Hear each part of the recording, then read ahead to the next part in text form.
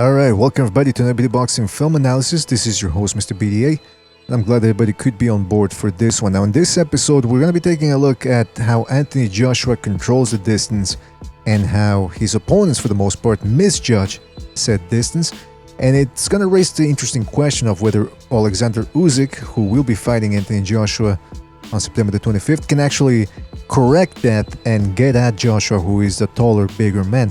Now, Joshua is a pretty interesting case, a 6 feet 6 inches tall with an 82-inch reach. He's a pretty tall, large man, like I said, and he's got decent boxing skills too, man. I mean, he's got a good jab that he pops out there and makes people stay in range, or outside of his range rather, and he essentially has his way with them.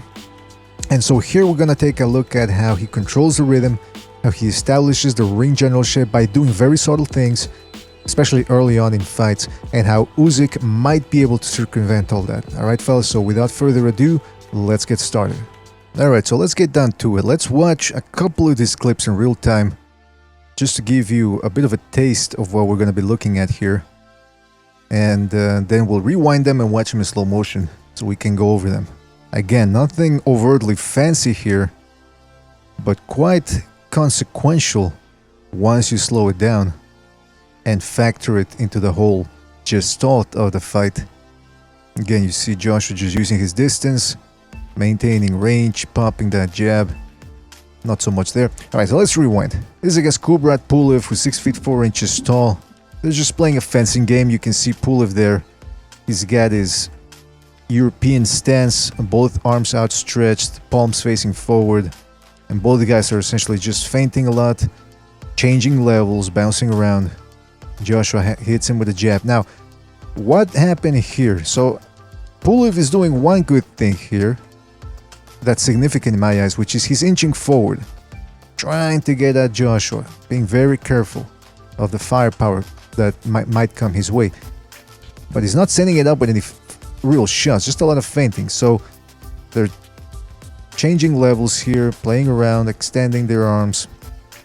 Joshua sits down, sees Pulev coming, with his hands relatively down, really, whacks him with a jab. Now, what's significant here? Watch how Pulev eats the jab, and look at how far back he leans. Now, there's not much he can do here with the right hand. It's pretty useless. He can't come back at Joshua with it, because Joshua, by the way, you'll notice, steps back ever so slightly. So even if Pulev was in position to hit back with the right, he's not going to hit Joshua, because Joshua's already stepping slightly back. He might be able to pull something off with the left. It's a kind of a check hook if Joshua ran at him, but of course Joshua's too smart for that. So Pulev is in a position to do essentially nothing, based off one jab. Look at how far he leans back. So right there, it lets you know that he's gonna be reacting way more visibly and in a much more exaggerated fashion than Joshua. It means that in the back of his mind, he's weary of getting hit. And this is just the second round, by the way.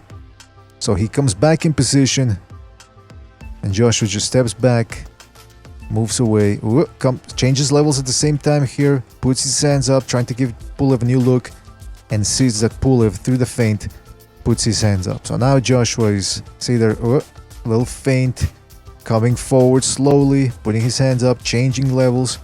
So that's what Joshua does. He's very relaxed. Just in this little sequence, you see one guy overreacting to the jab, and the other guy pretty relaxed. Alright. In this second clip, let's look at it in slow real time here. Alright.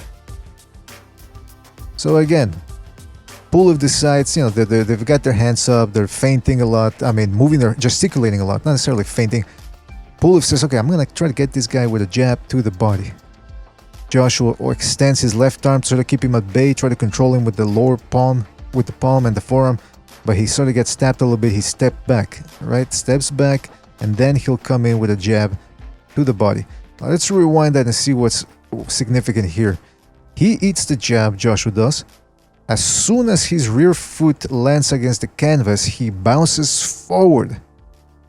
So let's take a look at that sequence again. Boom, hits the jab, and it comes forward right back. He's bouncing forward to get his back, right? Changes levels, inching ever so slightly. He's not just jumping in. See, so he bounces back forward, and as soon as he on the first bounce, changing levels a little bit, coming closer, closer, extends that jab beautifully using his range and his reach advantage to whack Pulev on the chest, pushes Pulev back. Now Pulev bounces, but doesn't bounce forward. Instead, he just stands there, out of range to hit Joshua with anything, hands up. What does that tell you? What that tells you is that as soon as Joshua got hit, he bounced back forward, slowly, working his way in, changing levels to give Pulev a new look, and he's able to catch him with a jab to the body. And Pulev, instead of bouncing back and trying to get at Joshua, very passively and meekly decides to stay there. It might not be the biggest thing in the world, you know, neither guy really got hit with a big punch or anything, but it's significant in that it shows you right off the bat the psychology of both fighters. Joshua is the one that initiates contact, and if he does get touched up a little bit, he'll come right back and do it in a much smarter way, and his body language is indicative of a guy that wants to attack a little bit more, whereas Joshua, passive, letting things happen as opposed to him taking the reins of the fight, and a little worried about what might come back his way. Now in this sequence here, again, both guys moving a lot, not necessarily fainting, but like I like to say, gesticulating a lot. So you see here Pulev doing the right thing, moving his head back and forth, stepping in, a little feint there. Oh, am I gonna come in? Joshua's got both palms facing forward, trying to parry shots, extended arms, trying to maintain range there. Pulev again stepping in as if he's about to do something. Joshua decides, okay, let me move here to shuffle to the right, not become a stationary target. Pulev jumping in a little bit. Whoops, jumps back. See that? He's jumping in, jumps back, starts moving forward. Joshua again moves to the right. Now Joshua sees, okay, this guy, it's a lot of nothing really. He's moving a lot, moving the head, moving the hands, inching forward, but he doesn't really have anything from it. Let me just, boom, catch him with a jab. Because again, you see Pulev's guard, there's a big gaping hole there. He gets hit with a jab, and again, Pulev gets pushed back and doesn't do anything. Doesn't try to jab back, doesn't try to counter with a right, not even in a position that would indicate, or not even demonstrating body language that would indicate that he wants to attack. Here in this sequence, let's look at it again here, just real time. Okay. So again, Pulev getting pushed back here, or driven back, not pushed. Look at Joshua again, doing it slowly. Look at his feet. See how he's inching forward, changing levels a little bit. Very good posture. Oh, he feints as if he's about to go in. Pulev tries to get at him with a jab. But look at how Pulev overextends himself a little bit off balance. See his feet, how he has to sort of rearrange himself. See that back foot plants himself, and then the lead foot actually has to return to the left because he wasn't on balance right there on equilibrium. And he got driven back, or he got pushed into inequilibrium, off balance rather, because of Joshua's ability to control the range. Coming forward, I'm about to hit you. Pulev sort of reacts, buys a feint, overextends. Joshua just steps back a little bit. Look at that back foot, allows him to spring back. Oh, again, putting pressure right off the bat. He made Pulev react here twice.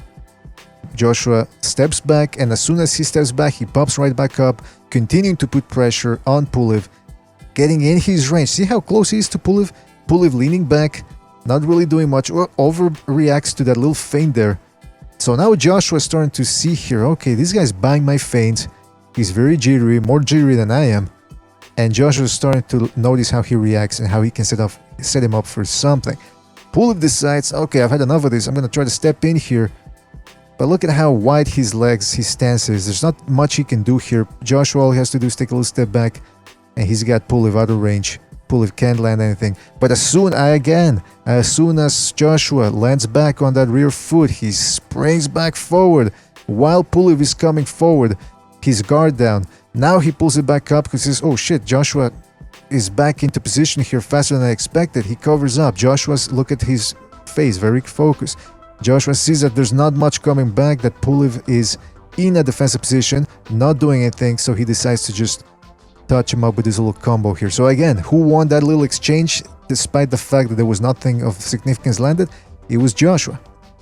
By virtue of the fact that he's calling the shots, he's making Pulev react, He's the one that's moving ever so slightly, making the guy miss and then getting back in range when he wants to, making Pulev overreact. And again, Pulev is buying the feints, he's not sending anything up, he's the one being set up. Joshua's controlling the rhythm. So here, finally, Pulev decides to come forward, lands a couple of jabs. Pulev's not an inside fighter, by the way. He's a 1-2 guy, very good at competent at what he does, but he's not a versatile type boxer. Now this clip, alright, let's watch in slow motion because we already saw it once in real time. So Joshua steps back, bounces back, left rear foot touches the canvas, and again, as soon as he does so, whoop, he jumps in as he's about to do something, weaves, because he was expecting something in return, changing levels, making Pulev react. Look at Pulev's face there, he's like, oh shit, okay, you made me react again. Both guys just moving. Joshua makes it seem as about to go in, peacocking, making himself look bigger, putting his hands up, and Pulev just not doing much. Finally, Pulev says, alright, you're peacocking, let me try to get at you. But notice how, whereas Joshua moved very slowly, almost imperceptibly, yet really did move in, Pulev doesn't do that. He doesn't throw him off with any feints, he doesn't inch himself closer. All he does is he tries to get at Joshua from the outside, jumping in with a left hook, and of course a guy with Joshua's reflexes sees that coming and just steps back and uses his gloves to block that left hook. Again, nothing very fancy here from Pulev, and the results were equally as unfanciful. Rudimentary. Now here, Joseph Parker, who's got many more tools than Pulev does, and that is by virtue of his hand speed. Again, not doing much against Joshua, so Joshua's cutting the ring off, feinting him. Joshua's a different fighter than Pulev in that he fights with the lead hand down, right hand up, really banking out his reflexes to get him out of trouble. So Joshua's cutting the ring off, putting pressure from the outside, trying to get at him with jabs, just tapping him with jabs. Parker sees a little something coming, leans back, okay. Then he tries to step in there with a little jab feints. Joshua, again, very composed, just steps back a little bit, put his lead hand up to try to parry that shot, stop it. Joshua feints, and Parker reacts, and he starts moving to the side.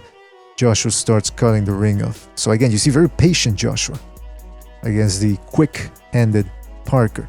Now again, we're just going to look at the continuation of this clip here. So Joshua crosses his legs to cut the ring off here, as you can see. Parker sees that. He's not letting Parker get away from it. Parker says, okay, I got to get at him with something. Again, like Pulev's mistake, no feint. Look at this. Let's look at the whole sequence again. No feint, not a lot of feints from Parker. Maybe there was one there. He's not changing levels. He's just rocking back and forth with his upper body movement, moving. That's really the only activity he's doing, moving with his legs. And he tries to get at Joshua. Maybe because he's used to catching guys with his quick hands, but he ain't gonna work against the taller Joshua, who's quicker than you would anticipate for a guy his size. So again, from afar, without setting up the shot, just tries to leap in with a left hook, and Joshua just anticipates it and catches him coming in with a jab, blocks the left hook. Who won that exchange? That was Joshua. Let's look at this here, real time. Okay, so again, like Pulev, not a whole lot of creativity from Parker. They're both looking at each other. Parker tries to come in with a jab, just a flicking jab, really. You see Joshua in position to parry it right away. See how he turns his palm over to parry that shot, catches it as if he's trying to catch a baseball. Then he tries to get at Parker with a jab, misses. Parker tries to come back again with just a flicking jab.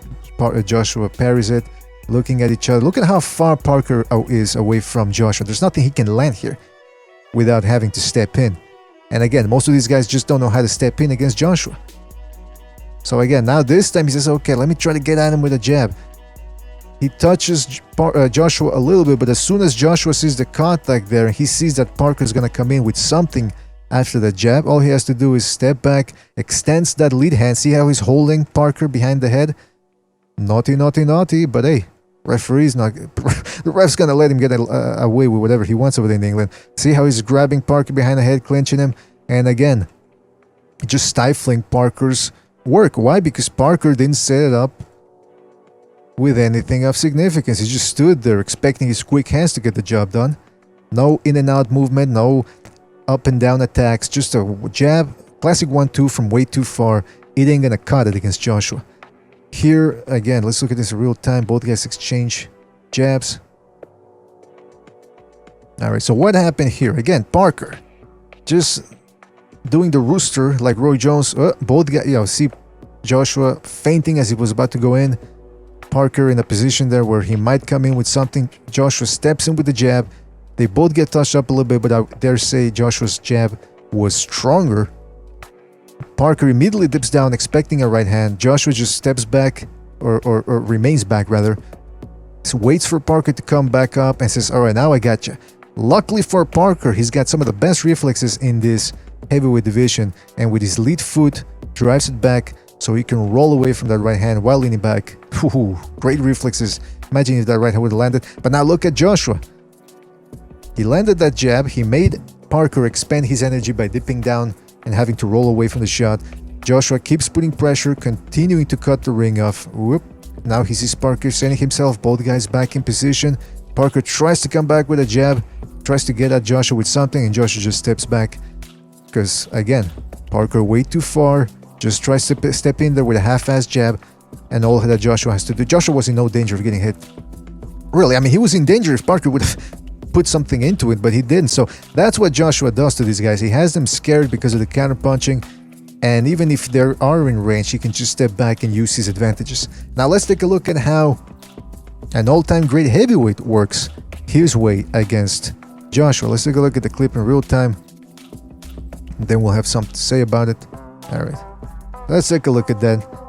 Now, before, just take make a mental note of each guy's stance. You see Klitschko, he's about as tall as Joshua. According to BoxRec, I think he's only 1 inch shorter.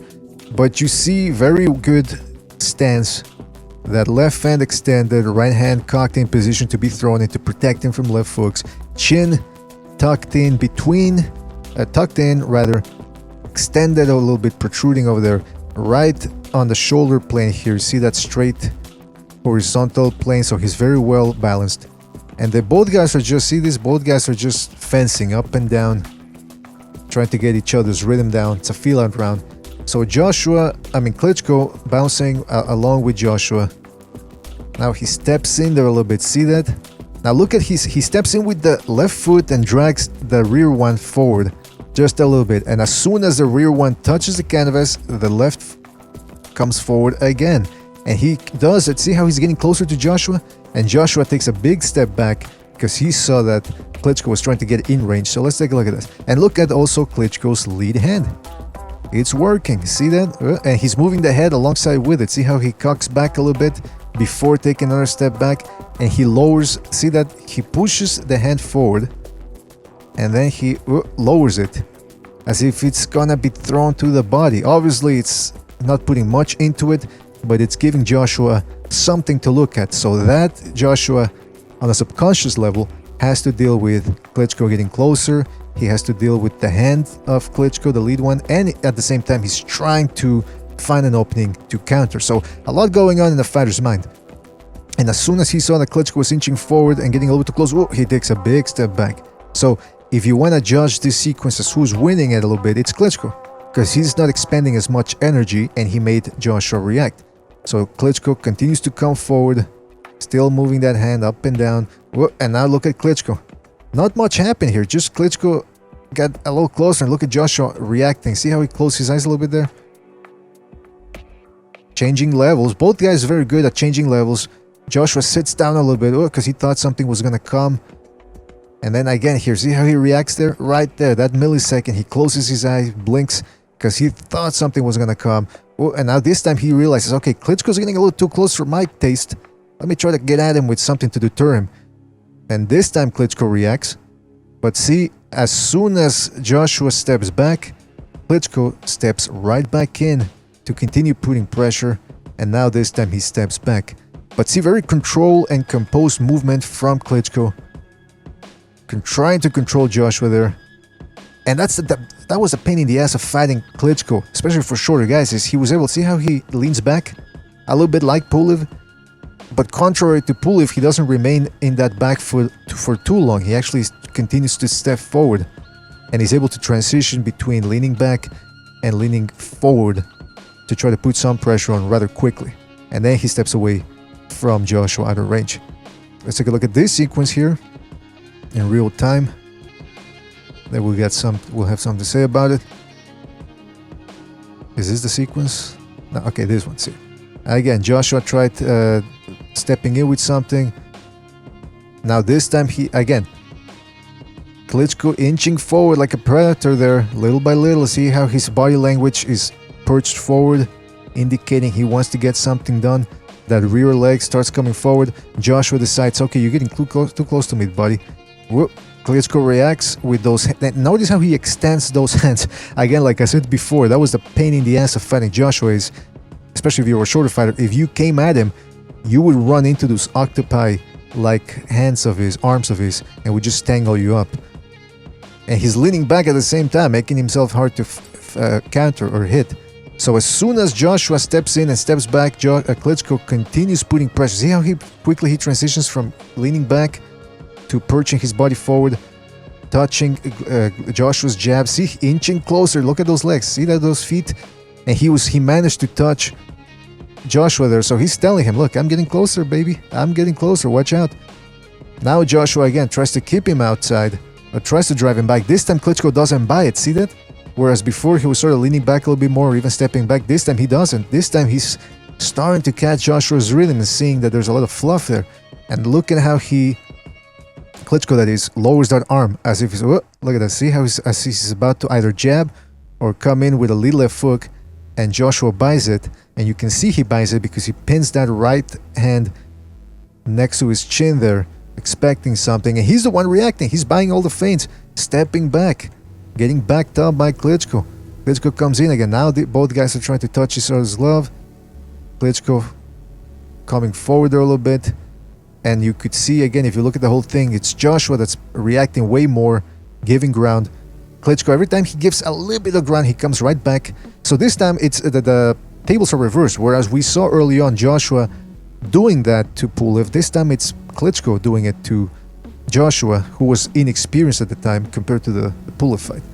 So again here, just again bouncing up and down, and whoop. This time Klitschko feinting with the jab, coming in here, bounce up. Both guys are bouncing up and down, just fencing. Klitschko, notice how Klitschko does this. Bounces forward, extends that arm. Oh, now he takes a big step. See, before there were little steps, now it's a short, explosive one. Boom, and catches Joshua with a little jab. So now he made contact. Joshua did not expect that, and it's a bit of a losing battle there, or a lost battle rather. So let's take a look at it again. Klitschko bounces, back foot touches the canvas. Now he bounces forward a little bit, feinting with that jab, touching it, and then as soon as Joshua's hand is overextended, Klitschko steps in and touches and makes contact, and you can see Joshua there reacting as, oh shit, he's in my range, I gotta get away from here, and he does indeed get away, and Klitschko cutting the ring off and hits him with another jab, because Joshua's rhythm was thrown off kilter a little bit there. See, they're trying to parry a jab that didn't come, and within a millisecond the jab does come, and it's an up jab, which is a very difficult jab to parry. And see Klitschko moving that hand up and down, see that? So he steps in, and when Joshua least expects it, boom, gets hit with the jab. And look at Klitschko immediately cutting the ring off there. So advantage Klitschko. Here it's just Klitschko doing something that he did throughout the fight, which is to overextend that lead hand and put it up there. And this was a setup for the right hand that caught Joshua a bunch of times and which dropped him. And again, you see Joshua leaning down because he's expecting a right hand to come or something. Again, over exaggerating his movements a little bit. He bought the feint. Advantage Klitschko. Now let's take a look at this sequence. Okay, so what's happening here? Klitschko again inching forward, playing with that lead hand. See that? As he was about to throw it there, flicking it a little bit. So Joshua says, okay, let me try to get at Klitschko here with a jab. Klitschko parries a jab with the right while leaning back. And see that lead hand was in position to try to catch Joshua with a catch hook, a check hook rather. But of course, Joshua did a good job of stepping right back, not walking into it, not walking into Klitschko's range, but nothing again. He couldn't land that jab. He got outmaneuvered there. Klitschko changing levels there, leaning back too, making himself hard to hit. Gets back into position, steps back, keeps playing with that lead hand. Now this time Joshua says, let me try to get at him to the body then. Klitschko steps back, lead hand controlling Joshua a little bit there in case Joshua continues to come forward. See how that hand is ready to try to grab at Joshua, or try to lean in, not only clinch him but try to lean on Joshua, which is something that Klitschko loved to do. So that jab didn't really land. Klitschko pops him with a little jab there because he's in range. See that? There, pops him with a little jab, and he's leaning back at the same time. So Joshua, because he got tapped with that little jab, probably thought, his instincts told him, okay, he's hitting you with the jab, meaning he's in range to be hit with your lead hand, but Klitschko's leaning back, so that hook falls short. So again, masterful job, really masterful job of Klitschko here of controlling the range and really winning those small battles of body language and ring generalship. Really good job. Now, normally, one note about it is most coaches will tell you that they don't like you doing this, boxing off the back foot like Klitschko, leaning back because you got nowhere to go. But the rules are meant to be bent or even broken by experts once they master the basics, and so Klitschko was able to get away with that throughout his whole life. And of course, again, just look at this sequence here. Joshua missed. Now let's take a look at Usyk. The only real data we have on Usyk against taller heavyweights is from the World Series of Boxing against Junior Fa and against Joyce. Both guys are 6 feet 5 inches tall, about the same dimension as Joshua. And Usyk beat both of them handily. But it's really these two sequences that I want to look at here. This one's against Junior Fa. Let's take a look at the real time. So again, you can start seeing that Usyk, unlike Pulev and Parker, actually possesses a more solid understanding of the range and he's able to pull it off against taller heavyweights. So here you see him jumping in, or coming in rather, changing levels, bouncing up and down, using that lead hand to distract Junior Fa, sort of like Klitschko did. Incidentally, both guys are Ukrainian and both guys had stellar amateur records. So Junior Fa is just sitting there looking. Usyk coming in with both hands outstretched. Oh, so see here, he sort of feints as he was about to come in, steps in and then steps out, bounces right back forward, just like Klitschko did, and Joshua does too as well. So you step back, and just as soon, with two little hops, you step forward. Look at his lead hand flicking it as if he's about to throw something. Now he's moving towards his right, changing the angle, finally throws that jab, makes Fa overreact and dip down expecting a left. Meanwhile, at the same time, Usyk is still moving to his right, pivots away, steps back so that Fa can't smother him. And as he steps back and sees Fa coming back up from a defensive position with his hands up, sets him up for this beautiful left hand that pierces the guard. And then he goes right back at cutting the ring off. So he's backing up a bigger man, and he's doing it with technique and with hand speed. Advantage Usyk. Again, let's take a look at this clip here. And again, look, listen, nobody's going to confuse Junior Fa with Anthony Joshua, but it is significant because a lot of people think that just because Joshua's bigger, that right there is going to throw Usyk off. The size alone ain't going to be able to do it. It's going to have to be done with technique and power to deter Usyk. So let's take a look at this clip. Again, Usyk putting pressure on the bigger man, moving to his right, playing with that lead hand, stepping in real quickly. Now he's in range. Junior Fa really is letting him do it because he's not throwing anything, he's not feinting back. Well, he makes Fa overcommit. Now Fa is loading up that right hand. See that?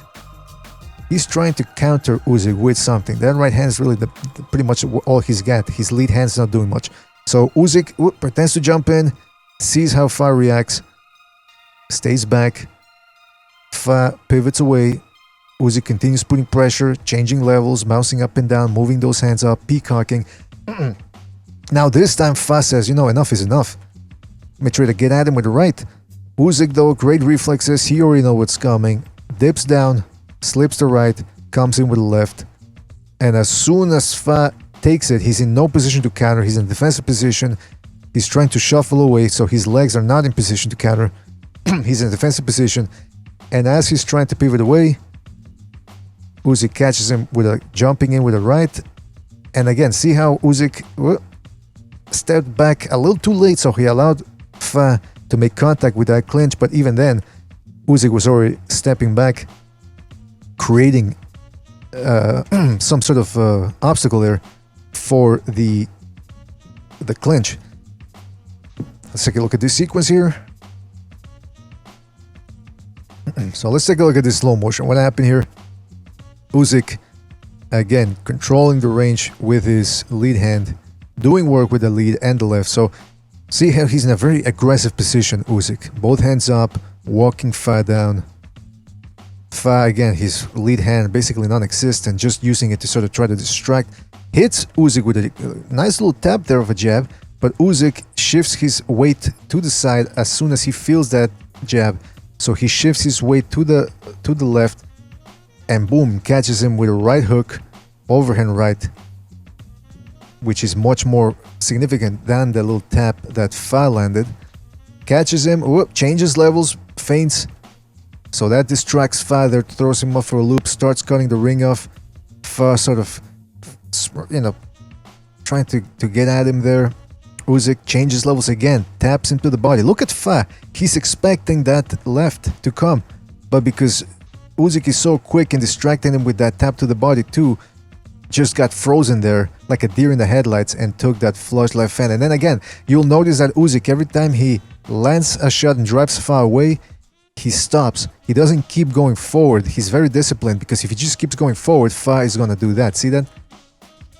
Try to clinch him. So we can see now that Usyk is very good, just like Joshua and Klitschko, at putting pressure and inching his way inside. He's not just going to attack from the outside and jump in without setting anything up. And that's gonna, Joshua's gonna have to contend with that. He's gonna have to use his own skills of range to keep Usyk away, because Usyk is gonna work his way inside smartly. Now, how does Joshua achieve this? Well, this is the second round of the Joyce-Usyk fight. This was before things unraveled for Joyce, and he was really dominated. But here he did some good work in the second round, this sequence at least.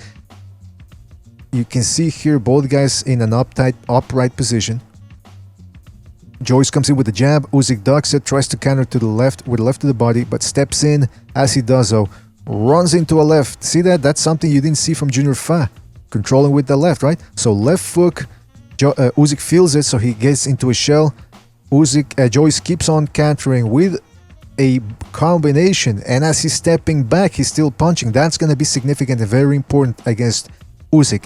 The ability to punch while stepping back, and while you're punching and you have Usyk in a defensive position here, just keep walking back and keep him distracted with those combos. Then once Usyk stops, which he has to stop at some point, keep him at the end of the shots. Look at that long right hand snapping Usyk's head back. And even though it might not have been the hardest punch in the world, this is where Joshua's weight advantage is going to come into play, because what he throws is not going to have to be extremely hard. It just has to be thrown with enough potency to snap Usyk's head back and let the judges know, hey, I'm the one landing the significant shot. So he catches Usyk here, keeps him at the range and at the end of the jabs, of the shots rather, straight shots. Usyk there, very, very boisterous, saying, yeah, hit me. Well, guess what? Boom, he gets hit with a jab there.